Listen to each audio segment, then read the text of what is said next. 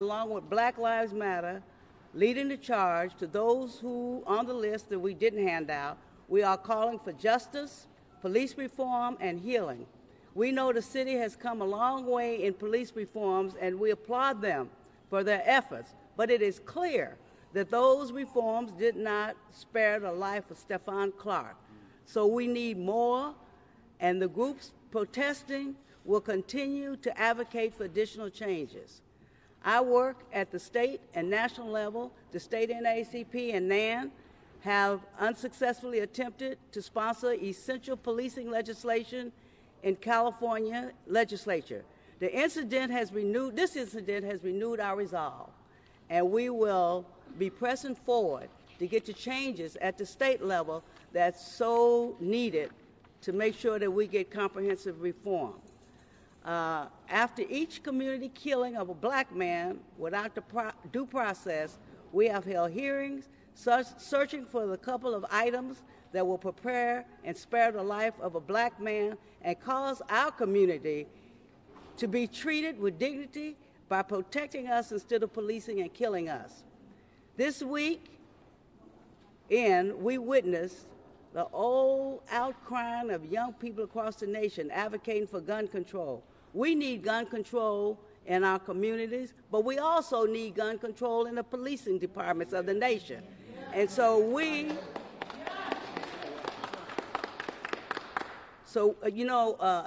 Senator Hamer, we're sick and tired of being sick and tired, but we aren't going to stop until they stop gunning down our community like animals. We're here to stand with those behind us who cried out on the streets. They marched, they prayed, and they protested over the weekend. We joined them by lifting up their chant that enough is enough. Amen. Enough is enough. Mm-hmm. Our first speaker this morning is the Reverend Dr. Shane Harris, who is the leader of California, director leader for the National Action Network. Yes, sir. Thank you, Ms. Huffman, and to the National Association of Colored People and to all of the organizations present, welcome and thank you all for being here. I want to first give our direct prayers and our condolences to the family of Stephon Clark. And I want to be real clear that this is about nobody but them, as they will have a long road to travel and a tough fight to battle. They will know that we will be there to stand with them all the way. I want to also give much honor to the groups from the National Association of Colored People to Black Lives Matter and to in between that have spent much time and energy organizing to keep the name of Stephon Clark alive on the ground. We will not let his name die. His name will live. And I want to be clear that National Action Network is here to lift those groups up as they continue that fight and to stand hand in hand with them to ensure that legislation is changed. Because anytime you have a police shooting, we know that local prosecutors investigating local police is a conflict of interest.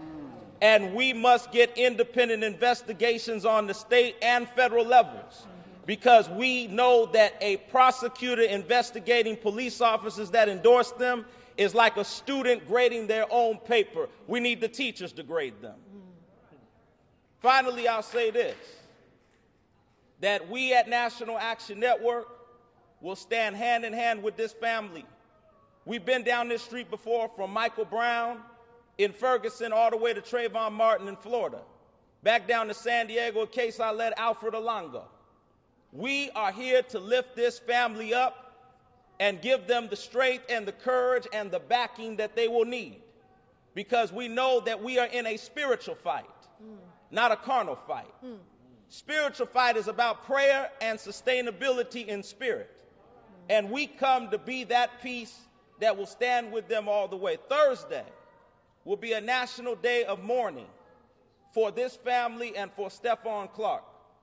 But it will also be a national day of justice as we all gather to remember the life of Stephon Clark. As it has been requested, our national president of National Action Network, Reverend Al Sharpton, will be here at the family's request. I want to be clear, at the family's request, to give the eulogy. And we will work hand in hand with the local groups, all the way to the state groups and the federal groups, to ensure that this fight for justice does not die. Because Stephon Clark's name must live. Live along with Michael Brown. Live along with Trayvon Martin.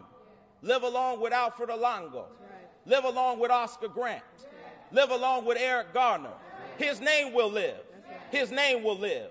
His name will live. Let us at this time welcome the attorney who has stood long and strong. Okay. All right. Let's welcome back the NAACP president, the queen of civil rights. Ladies and gentlemen, we will hear from our branch president who's been carrying the water for us here in Sacramento as well, Ms. Betty Williams, president of the NAACP branch. Good morning. Thank you. I am the president of the Greater Sacramento NAACP branch, and first I want to give my condolences to the Stephon Clark's family and for your loss. 22 years old, gone too soon.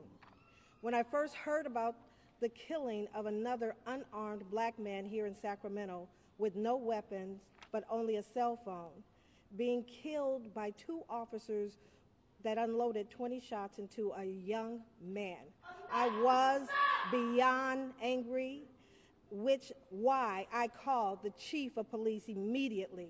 My questions were, why was the audio turned off after the shooting? What's the protocol for turning off the audio? We demanded to see the protocol, and the NAACP wants to make changes to the existing policy of turning off the audio. We also wanted to look at the foot pursuit policy with Sacramento Police Department that they have in place. We understand the foot pursuit policy in Oakland gives other options versus shooting a man 20 times. There were just a few items that I'm giving to you right now throughout that discussion that we gave to Chief Hahn. And although we understand that he's only been on his job for 7 months, but he signed up for this. And at the end of the day, we also understand that he inherited the culture of this police department. And so it comes with accountability, and to become the model for other cities is what I challenged him with. I challenged him with creating a united front versus a divided United States. And Anne Marie Schubert, District Attorney, we do not give you a pass. You need to return the call of the NAACP. We know that the District Attorney is responsible for prosecuting and investigating local police officers. You don't get a pass, and we expect you to call us. We're waiting on that. Thank you. Well, while we have enjoyed entertaining you, you're waiting for the man of the hour who has come here from North Carolina, who is very, very prestigious, very, very well trained, very effective, and it is an honor to have him in our city, none other than Attorney Ben Crump.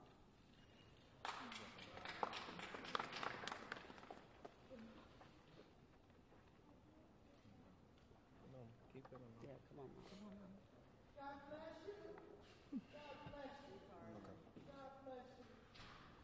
Good morning. Thank you to all the leaders united as a civil rights community and a people who care about justice for all. The family of Stephon Clark cannot say thank you enough. This has been a very difficult day for Stephon Clark's family, especially his grandmother and all of them. Madam President,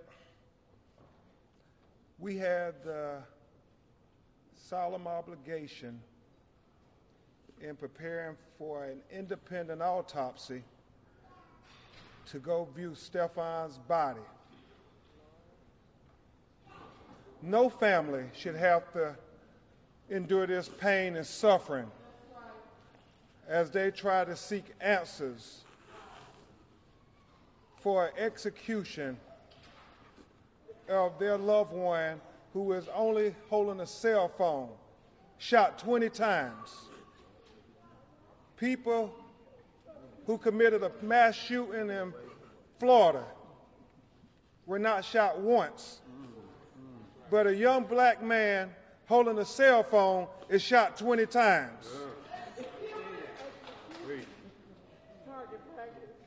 Young man who were bombed in Austin, Texas. The police followed him for hours. He wasn't shot once, but an unarmed black man holding a cell 20 times. You know, the Clark family isn't the only family who has had to endure this long pain and suffering. Since 2015, Reverend Harris, 73 families have had to endure similar experiences. Over 70 black men have been shot unarmed by police bullets.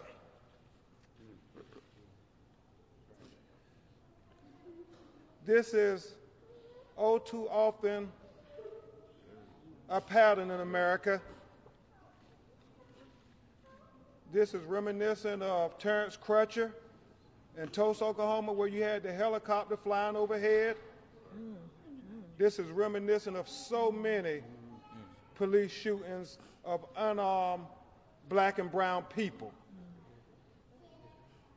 Right now, we stand on the eve of recognizing the 50th anniversary of Dr. Martin Luther King's assassination.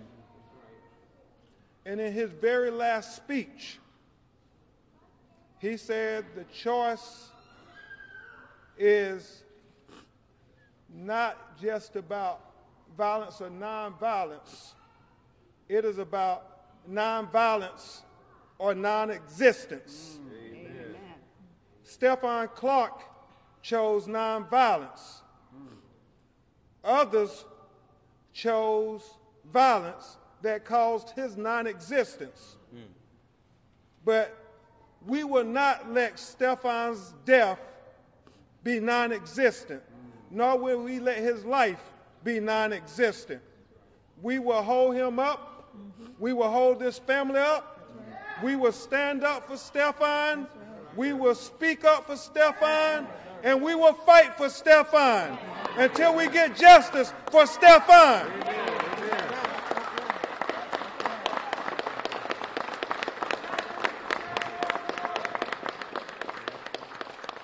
So at this time, Madam President, we're going to have his grandmother, who is very emotional. I mean, she was right there. It's very emotional for her. And she told me, Reverend Harris, that she have on her marching shoes, her comfortable shoes, because she's going to march like the young people until they get justice for her grandson, Stephon. Amen. So y'all please give her the charity of your undivided attention. Miss Shaquita Thompson. Can you introduce the rest of the family? Well, they didn't want to be introduced. Oh, they don't want to be introduced. Okay. So just the family of Stephon Clark. And we have Miss Shaquita Thompson, the grandmother of Stephon Clark. Take your time. Thank you. Take your time. I want to give honor first to God. Thanks to God. And for making me up this morning to be here. Talk a little louder if you can. I want to thank God for waking me up to be here. Thank you, Lord. Give me strength, because you're the only one can. My grandson, I was at the computer in our dining room.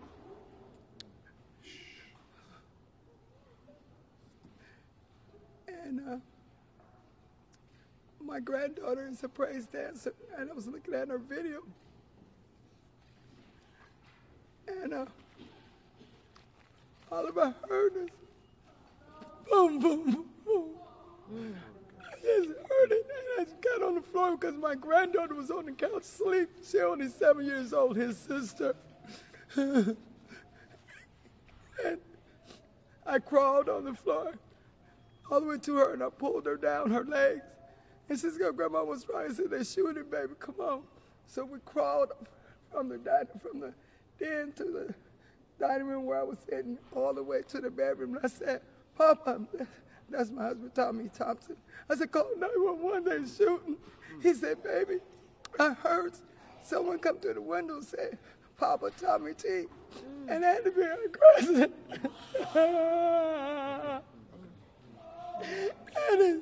and my husband said there was guns. He heard the shots, but they didn't have to kill him like that. They didn't have to shoot him that many times. And the detectives that came in and kept telling me, don't go outside or go in the back. I said, well, what happened? I hope y'all didn't kill one of my grandkids, because they come to the back door, to the window, and my husband just pulled the garage up. And he's at home. He was at home. He was there that day when we was looking at his sister dead, do the praise that she made up. He was crying, and I said, how old you gonna be?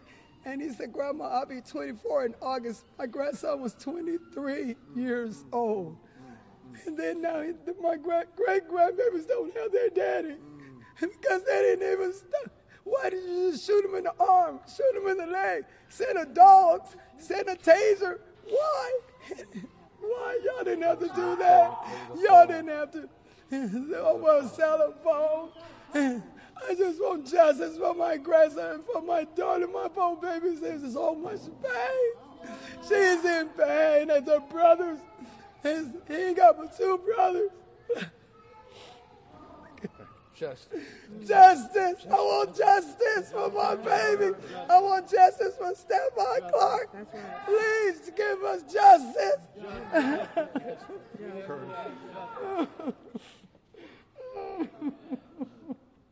We just want to give thanks for all the support, the local support, the international support.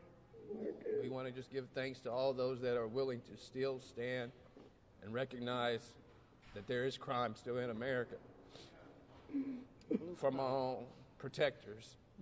And I want to also give thanks to Mr. DeMarcus Cousins for reaching out and helping out with the funeral services and those needs, and everyone else that has helped and continue to help. We thank you for your prayers and your strength.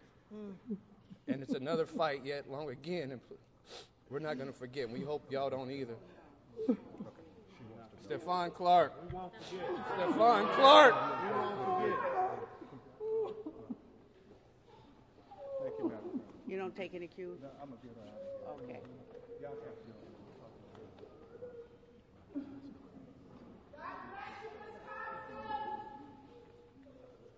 Well, we were going to open up for Q&A, but I don't know if you have any questions.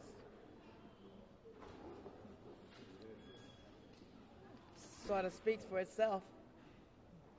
If anyone has any questions of anyone here,